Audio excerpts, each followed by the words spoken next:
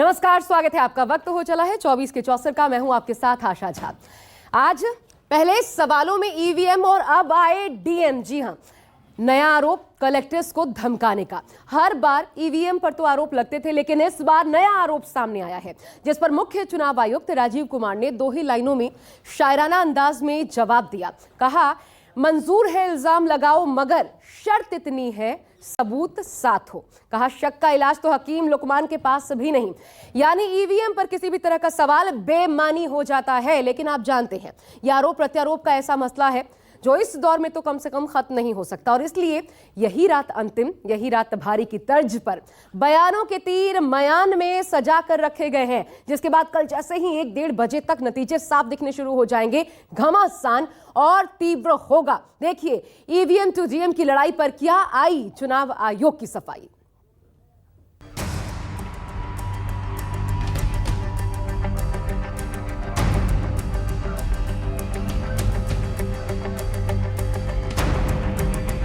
कोई पूरी कंट्री के 800, 900, 700, 600, 500 लोगों को इन्फ्लुएंस कर सकता है। काउंटिंग से पहले बताना चाहिए किसने किया, ताकि उन सब डिस्ट्रिक्ट मजिस्ट्रेट्स को या जिसने किया उसको हम सजा दे सकें। ये आवश्यक है कि जो पुराना रूल था उसी को फॉलो किया जाए। लोकसभा चुनाव के नतीजों का काउंटडाउन शुरू हो चुका है। 4 जून को नतीजे देश के सामने। चल हो जा शुरू। केसरिया से मन जोगी हुआ रे, दिल झूमे देखो पतवारा हुआ रे, दिल झूमे देखो पतवारा हुआ रे। हर पल मनाओ केसरी त्योहार। विमल, बोलो जुबान केसरी। जनता ने किसे इस बार दिल्ली दरबार की कमान सौंपी, उसका फैसला हो जाएगा। लेकिन फैसले से पहले देश की सियासत में ईवीएम टू डीएम का मामला तूल पकड़ता जा रहा है। एग्जिट पोल के आंकड़ों ने विपक्षी गठबंधन के टेंशन का मीटर अप कर दिया। उनका मानना है कि जमीन पर जब एनडीए के खिलाफ इतनी तगड़ी हवा है, तो फिर कैसे उन्हें सारी एजेंसियां बम्पर बहुमत दे रही। एग्जिट पोल नहीं है, इसका नाम मोदी मीडिया पोल है। ये मोदी जी का पोल है, फैंटेसी पोल है उनका। कितनी सीटें आ रही हैं आपके हिसाब से? सिद्धू मूसेवाला का सॉन्ग सुना आपने? 295। लोगों ने इस लोकतंत्र को, संविधान को मजबूत बनाने के लिए मतदान किया।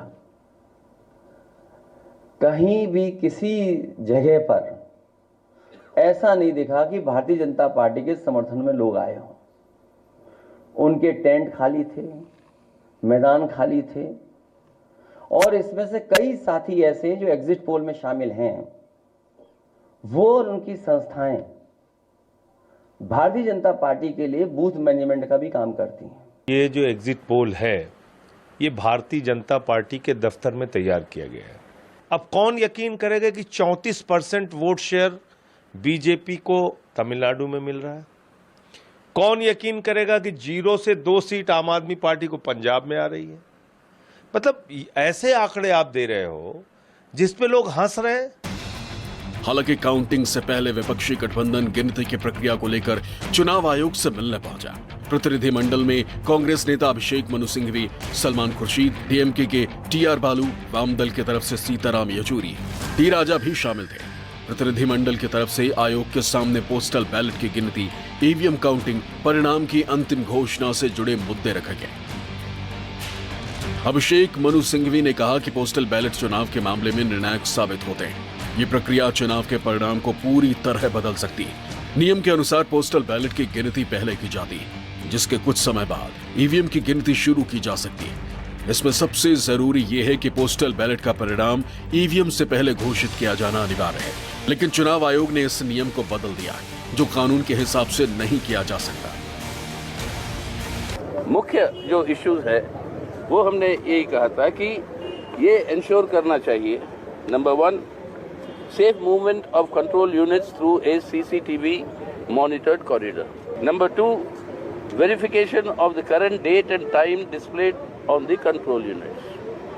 ये verification बहुत important है, क्योंकि जब तक ये verify नहीं होता, वो authenticity आपको नहीं मिलती कि ये वही control unit है जो वहाँ से आया पोलिंग बूथ से, ये बदला नहीं गया।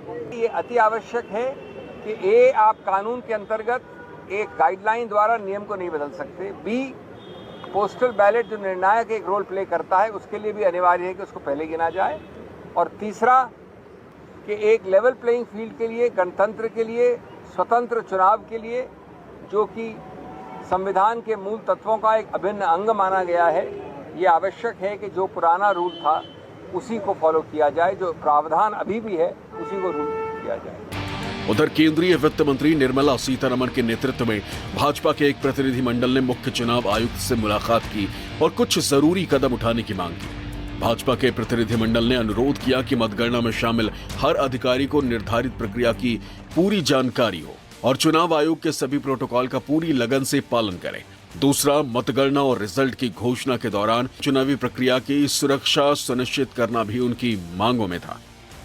We have requested the Election Commission to ensure that every official engaged in the counting process is fully conversant with the minutest details of the prescribed process and engages diligently with all the Election Commission of India protocols, counting protocols, so that there can be no deviation whatsoever from what has been provided. उधर चुनाव आयोग भी media से रूबरू हुआ और पक्ष और विपक्ष के हर एक सवाल पर अपनी राय रखी। मुख्य चुनाव आयुक्त राजीव कुमार ने कांग्रेस नेता जयराम रमेश के आरोपों का जवाब देते हुए कहा कि शक का इलाज तो हकीम लुकमान के पास भी नहीं। कांग्रेस नेता ने शनिवार को कहा था कि शाह ने 150 कलेक्टरों को धमकाया। कोई पूरी कंट्री के 800, 900, 700, 600, 500 लोगों को इन्फ्लुएंस कर सकता है? कर सकता है तो बताइए किसने किया, हम उसको सजा देंगे। हम उसको सजा देंगे, उसे बताना चाहिए कि किसने किया। काउंटिंग से पहले बताना चाहिए किसने किया, ताकि उन सब डिस्ट्रिक्ट मजिस्ट्रेट्स को या जिसने किया उसको हम सजा दे सकें। उधर अखिलेश यादव से लेकर मनोज झा तक ने चुनाव आयोग से अपनी मांगों को पूरा करने की अपील की। अखिलेश यादव ने ईवीएम से लेकर डीएम तक को घेरा। वहीं मनोज झा ने कहा कि मतगणना शुरू होने से पहले स्ट्रांग रूम से काउंटिंग टेबल तक की या तो वीडियो रिकॉर्डिंग करने की इजाजत दी जाए या एक एक ईवीएम की गिनती की पूरी जानकारी दी जाए। हर चरण की मतगणना के बाद सारे प्रत्याशियों को संतुष्ट नहीं कर पाए तब तक दूसरे चरण की गिनती शुरू न हो। इस बार अगर किसी भी तरह की धोखाधड़ी की कोशिश अगर चुनाव आयोग करती है किसी के बड़े के फोन पर, तो जनता के पास सबसे बड़ा फोन होगा। तो वहीं इसका जवाब राजीव कुमार ने कविता के माध्यम से दिया। मुझे उम्मीद है कि इलेक्शन कमीशन तमाम नियमों का पालन करेगा और एजेंट से लेकर के जो जानकारी है वो भी सही देंगे। एजेंट जो मौके पर रहेंगे उनको भी सुरक्षा का इंतजाम इलेक्शन कमीशन करेगा। हर चरण की, मान लीजिए किसी क्षेत्र में 22 राउंड होना है, एक राउंड मतगणना हुई, सारे कैंडिडेट के आंकड़े जब तक अपलोड ना हो जाए, सबकी संतुष्टि से ना हो जाए, तब तक दूसरे चरण की मतगणना में प्रवेश नहीं करना है। फिर दूसरा चरण हो जाए और उसी प्रक्रिया के अधीन हो तो फिर तीसरे चरण में जाना है। आजकल इल्जामातों का दौर बुलंद है, तलखियों का बाजार गर्म है। पंच को पहले ही घेर लो, यानी पेशबंदी। जो एम्पायर है उसको पकड़ लो पहले से। मंजूर है इल्जाम तो लगाओ, मगर शर्त इतनी कि साथ सबूत भी हो। गोया कोई तो बात है, हर बार मुद्दई वही, कचहरी वही, गवाह कोई नहीं। गम का इलाज, शक का इलाज तो हकीम लुकमान के पास भी नहीं। तो आज और ये भी अपने आप में शायद पहली बार है कि काउंटिंग से पहले इस प्रकार चुनाव आयोग ने प्रेस कॉन्फ्रेंस की और हर एक सवाल का जवाब देने की कोशिश की। ईवीएम पर शक से लेकर डीएम को धमकाने तक की लड़ाई इस चुनाव हुई है, जिस पर चुनाव आयोग की सफाई आपने सुनी। और ये भी पहली बार जब चुनाव संपन्न होने के बाद इस तरह काउंटिंग से पहले चुनाव आयोग सामने आया, प्रेस कॉन्फ्रेंस की, हर सवाल का जवाब देने की कोशिश की, आश्वस्त करने की कोशिश की गई कि कोई गड़बड़ी न हुई है न होगी।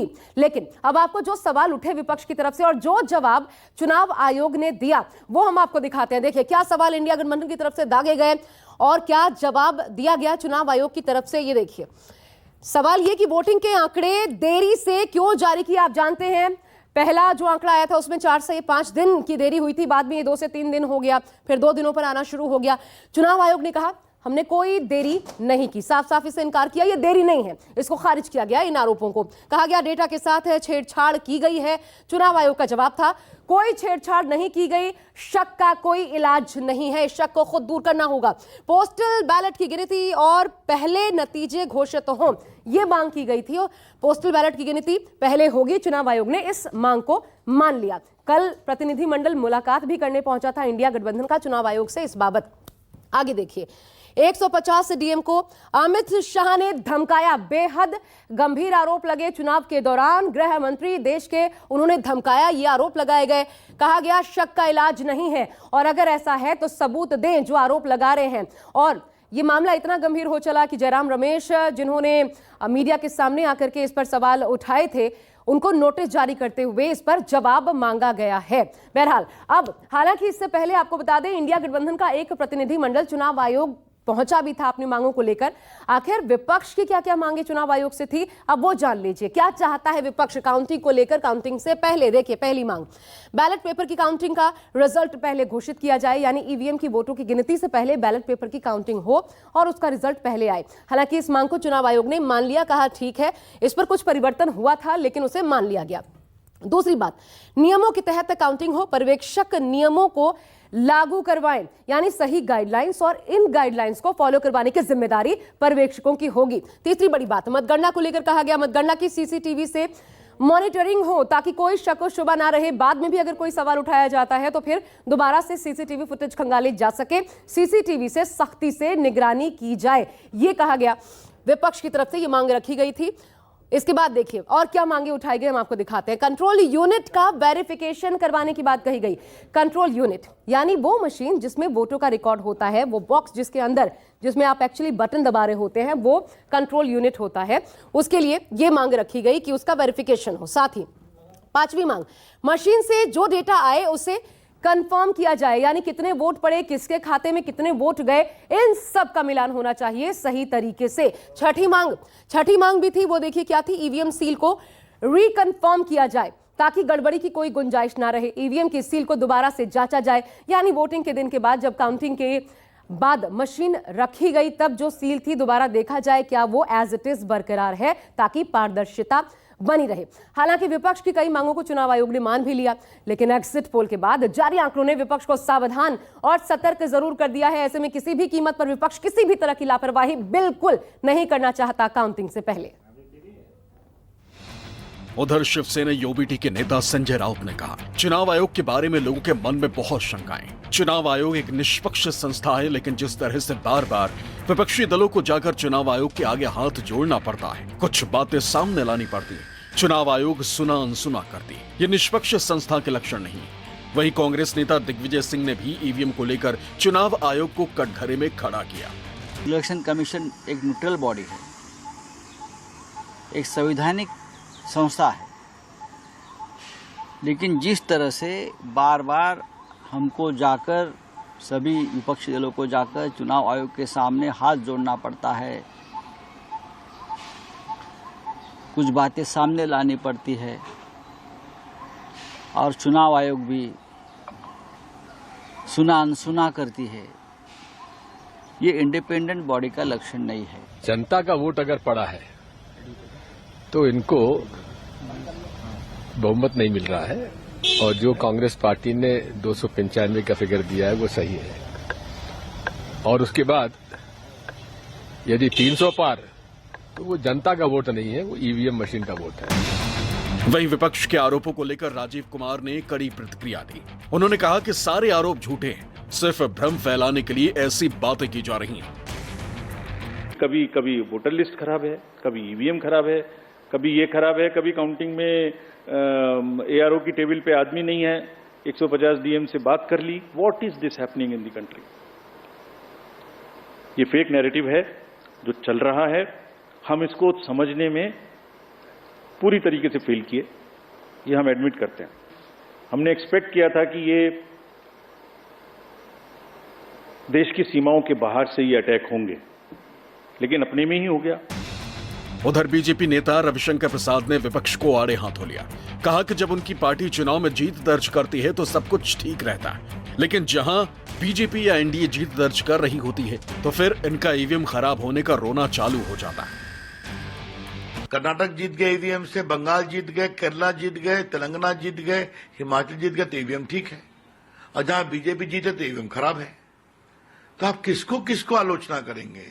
चुनाव आयोग की करते हैं आप, मीडिया को रोज आप मन भर गाली पढ़ते हैं अगर शुद्ध भाषा में बोलूं तो, और ले चलते हैं संविधान खतरे में है। भले ही महापोल के आंकड़े एनडीए की जीत का दावा कर रही हैं, लेकिन विपक्ष को पूरा भरोसा है कि इस बार जीत उनकी होगी और ये आंकड़े मोदी सरकार ने अपने हिसाब से गढ़े।